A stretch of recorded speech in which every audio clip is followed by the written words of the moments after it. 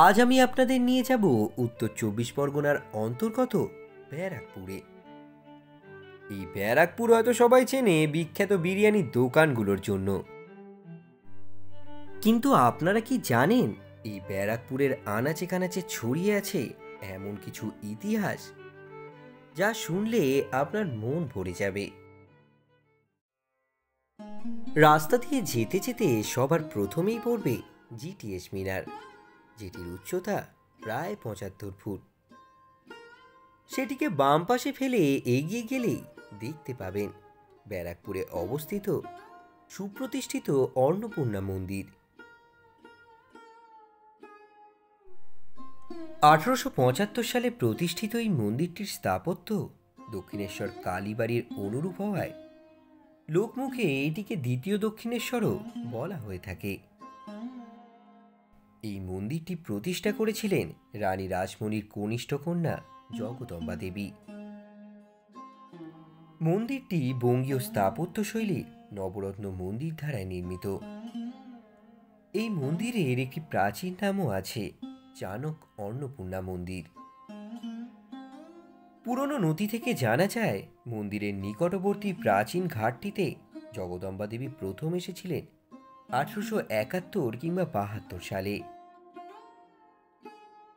মথুরাবাবুর মৃত্যুর পর জগদম্বা দেবী এই জমির উত্তরাধিকারিণী হন। পরে এই জমিতে মন্দির প্রতিষ্ঠা করতে চাইলে রামকৃষ্ণ পরমহংসদেব তার ইচ্ছায় সম্মতি জ্ঞাপন করেন। অক্লান্ত পরিশ্রম, নিষ্ঠা ও অর্থ ব্যয়ে নির্মিত এই মন্দির প্রতিষ্ঠা হয় ১২ই এপ্রিল। পরবর্তীতে জানা যায় মন্দিরের সিংহদ্বারের উপর একটি সিংহ মূর্তির স্থাপনা নিয়ে ব্রিটিশ সরকার মন্দির কর্তৃপক্ষের সঙ্গে আইনি দ্বন্দ্বে জড়িয়ে পড়ে, কারণ তারা মনে করে ব্রিটিশ রাজশক্তির প্রতীক সিংহ, তাই সেই প্রতীক অন্য কাউকে ব্যবহার করতে দেবে না।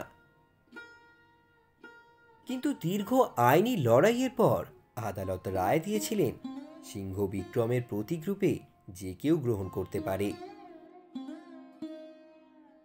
অন্নপূর্ণা মন্দির থেকে কিছুটা দূরেই পড়বে রানী রাসমণি ঘাট। এই রাসমণি ঘাটের অপরূপ সৌন্দর্য এবং গঙ্গা নদীর বয়ে চলা আপনাকে মুগ্ধ করে তুলবে নিঃসন্দেহে। তা থেকে কিছুটা এগোলেই রাস্তার ধারেই পড়বে ব্রিটিশদের তৈরি একটি ভগ্নপ্রায় স্ট্রাকচার, যার নাম স্টুয়ার্ট কুঠি বা লাল কুঠি। আজ এই ভগ্নপ্রায় লাল কুঠি প্রশাসনের কার্যালয় হিসেবে ব্যবহৃত হওয়ার জন্য তার ভিতরে যাওয়ার পারমিশন নেই। লালকুঠির ১০০ মিটারের মধ্যেই রয়েছে ব্যারাকপুর পার্কের দক্ষিণ গেটটি। ১৮০২ সালে গভর্নর জেনারেল লর্ড ওয়েলেসলির দ্বারা উদ্যানের স্থাপত্য জাঁকজমকের সাথে সামঞ্জস্য রেখে নির্মিত হয়েছিল। পরবর্তীতে গেটের উভয় পাশের বৈশিষ্ট্যযুক্ত গেট হাউসটি সংলগ্ন অন্নপূর্ণা মন্দিরে প্রতিলিপি করা হয়েছিল। সাউথ গেট পেরোলেই পড়বে গান্ধীঘাট, মহাত্মা গান্ধীর স্মৃতিতে তৈরি একটি সমাধি। ১২০ রকমের গোলাপ, সূক্ষ্ম গাছপালা ও গাছে ঘেরা একটি সবুজ বাগান। গান্ধীঘাটটি আপনাকে জনকীর্ণ কলকাতা থেকে মুক্ত করতে প্রলুব্ধ করবে। সেখান থেকে কিছুটা দূরে মেন রোডের ধারেই পড়বে একটি গির্জা, যেটি সেন্ট বার্থেলমিউস ক্যাথিড্রাল গ্যারিসন চার্চ নামেও পরিচিত। এটি ব্যারাকপুরের একটি গথিক স্থাপত্য অনুপ্রাণিত গির্জা। ১৮৩১ সালে নির্মিত এই গির্জা ভারতের ব্রিটিশ শাসনের সময় ব্রিটিশ কর্মকর্তা এবং তাদের পরিবারের জন্য সান্ত্বনা এবং উপাসনার স্থান হিসাবে কাজ করেছিল। কলকাতার বিশাল গির্জা এবং ক্যাথিড্রালের নৌকা যেমন saint John's church, saint Paul's cathedral, saint James ইত্যাদি ব্যারাকপুরেও ইংরেজ সৈন্য এবং তাদের পরিবারের জন্য কয়েকটি গির্জা তৈরি করেছিল।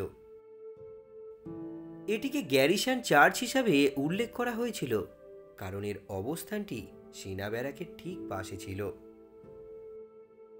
এটি সেন্ট বার্থোলোমিউকে উৎসর্গ করা হয়েছিল এবং এখন এটি সেন্ট বার্থোলোমিউস ক্যাথিড্রাল নামেই পরিচিত। এখন আপনি যদি এটিকে কলকাতার সেন্ট পলস ক্যাথিড্রালের সঙ্গে তুলনা করেন, তবে এটির আকার এবং জাঁকজমকের সাথে কোনো মিল নেই। তবে ভারতের গির্জাগুলি যে বিভাজনগুলিতে বিভক্ত তা বিবেচনা করে এটি অনেকটাই উল্লেখযোগ্য। কালের বিবর্তন হয়ে গেলেও এই সমস্ত প্রাচীন ঐতিহ্য আজও তেমনটাই আছে।